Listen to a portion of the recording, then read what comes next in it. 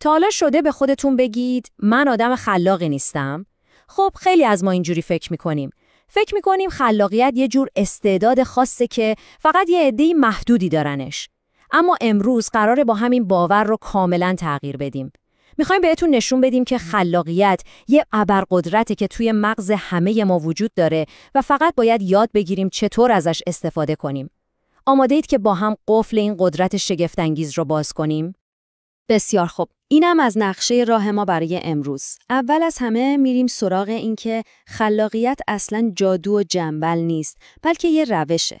بعد یه شیرجه عمیق میزنیم توی مغزمون تا ببینیم اون تو چه خبره. تو بخش سوم با چیزهایی که خلاقیت رو نابود میکنن و چیزهایی که بهش بال و پر میدن آشنا میشیم. بعدش یه جعبه ابزار کاملا عملی بهتون میدم که هر روز ازش استفاده کنید و آخر سر هم یه نگاهی به آینده میندازیم و میبینیم که توی عصر هوش مصنوعی خلاقیت ما آدما چه جایگاهی داره. پس بزن بریم. خب بخش اول. میخوایم یه بار برای همیشه تکلیفمون رو با این کلمه خلاقیت رو روشن کنیم. قرار این افسانه رو که خلاقیت فقط مال یه عده خاصه کنار بذاریم و ببینیم اون جرقه معروف، اون لحظه آهان واقعاً از کجا میاد. واقعاً فکر میکنین آدمای مثل داوینچی یا موتزارت با یه مغز کاملاً متفاوت به دنیا اومده بودن؟ این یه باور خیلی رایجه که خلاقیت یه چیز ذاتیه، یا داریش یا نداریش. ولی میدونین علم یه داستان کاملا متفاوت برای ما تعریف میکنه. خب بیایید یه تعریف علمی و درست حسابی از خلاقیت داشته باشیم. خلاقیت یعنی توانایی تولید ایده هایی که 2 ویژگی کلیدی دارن.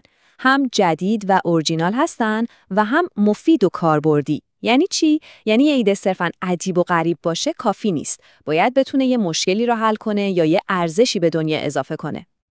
برای اینکه به اون ایده های ناب برسیم، مغز ما باید بین 2 حالت فکری مختلف مدام در حال رقص باشه. حالت اول تفکر واگراست. فکر کنید مثل یه انفجار بزرگ کلی ایده مختلف، خوب و بد، بدون هیچ قضاوتی تولید میشه. حالت دوم تفکر همگراست. این یکی مثل یه ویراستار سختگیره که میاد و از بین اون همه ایده بهترین ها رو انتخاب میکنه، تحلیل میکنه و صیقل میده. یه ذهن خلاق استاد اینه که بدون کی باید گاز بده و کی ترمز کنه. بخش دوم، شبکه‌های خلاق مغز شما. خیلی خوب، تا اینجا فهمیدیم خلاقیت چیه. حالا وقتشه یه سفر هیجان انگیز کنیم به داخل مغزمون و ببینیم وقتی یه ایده درخشان به ذهنمون میرسه، اون تو دقیقاً چه اتفاقی داره میفته. توی مغز ما انگار 2 تیم اصلی برای خلاقیت وجود دارن. تیم اول رویا پردازه. این همون بخشیه که وقتی داریم بی هدف راه میریم یا زیر دوشیم فعال میشه و ایده های عجیب و غریب و دور از هم رو به هم وصل میکنه. تیم مقابلش تیم ویراستاره.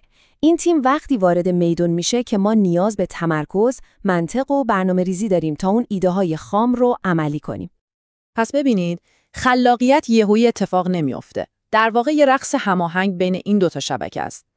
اول رویا پرداز یه جرقه خام تولید میکنه. بلافاصله ویراستار فعال میشه، اون جرقه رو بررسی میکنه و میگه خب این به درد میخوره، چطور میتونیم بهترش کنیم؟ این همکاری مداوم و پویا همون چیزیه که یه ایده ساده رو به یه شاهکار تبدیل میکنه. بخش سوم، قاتل‌ها و تقویت کننده‌های خلاقیت. خب، حالا که با تیم خلاقیت مغزمون آشنا شدیم، باید بدونیم که چی این تیم رو قوی‌تر میکنه و چی باعث میشه کلاً از کار بیفته. چون همونطور که میتونیم خلاقیت رو پرورش بدیم، خیلی راحت هم میتونیم نابودش کنیم. شاید فکر کنید خلاقیت فقط به شخصیت شما بستگی داره، ولی واقعیت خیلی جالب‌تره. ببینید، حدود 40% ماجرا به ویژگی‌های درونی ما، مثل کنجکاوی و باز بودن نسبت به تجربه‌های جدیده. اما بخش خیلی بزرگ دیگه‌ای، یعنی 35%، به محیط اطراف ما بستگی داره. با آدمایی که باهاشون وقت میگذرونیم، به جایی که توش کار میکنیم.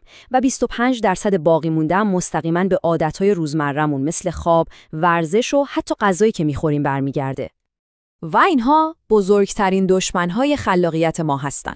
ترس از شکست که باعث میشه اصلاً چیز جدیدی رو امتحان نکنیم. روزمرگی بیش از حد که مغز ما رو توی یه مسیر تکراری قفل میکنه.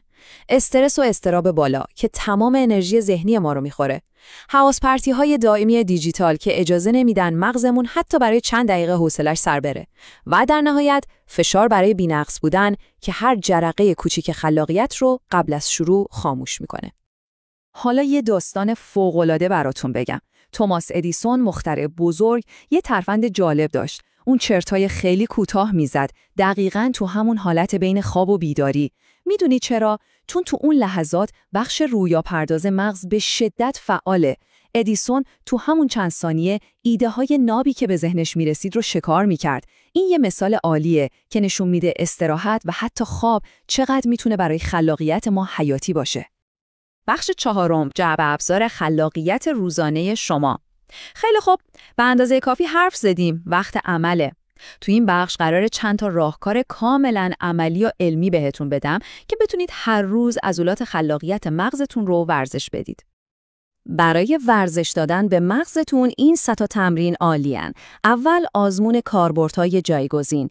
یه شیء ساده مثل یه آجر رو بردارید و سعی کنید 5 تا کاربرد کاملا جدید براش پیدا کنید.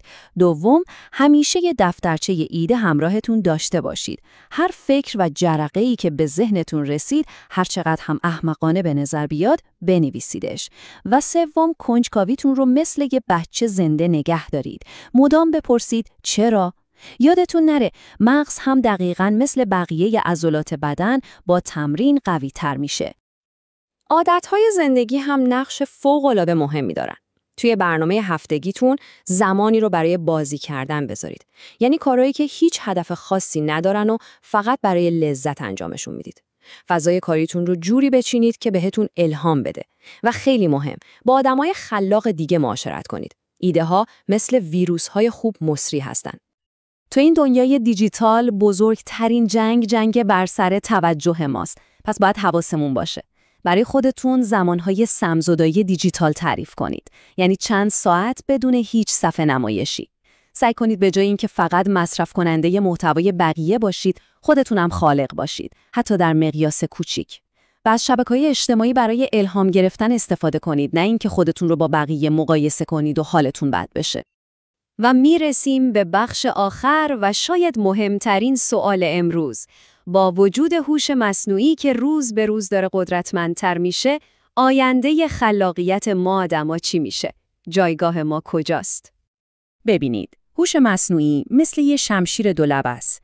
از یه طرف میتونه یه دستیار خلاق فوق‌العاده باشه، میتونه به ما تو ایده پردازی کمک کنه و کارهای خسته کننده رو برامون انجام بده. اما از طرف دیگه یه خطر بزرگ هم وجود داره. اینکه باعث تنبلی خلاقیان ما بشه و همه ایده ها رو شبیه به هم بکنه، چون همیشه یه جواب سریع و آماده در دسترسه. تفاوت اصلی ما با هوش مصنوعی اینجاست. نقطه قوت ما انسان‌ها توی چیزهاییه که با داده و الگوریتم نمیشه به دست آورد.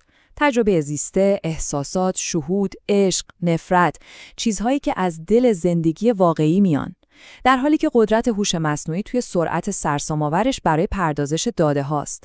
ضعف ما کندی و سوگیری‌های ذهنیمونه و ضعف هوش مصنوعی نداشتن درک واقعی و آگاهی از دنیاییه که ما توش زندگی می‌کنیم. و در نهایت این سوال کلیدی برای فکر کردن باقی میمونه. با قدرتمندتر شدن هوش مصنوعی به عنوان یک ابزار، چه چیزی خلاقیت انسانی ما رو واقعاً ضروری و غیرقابل جایگزین میکنه؟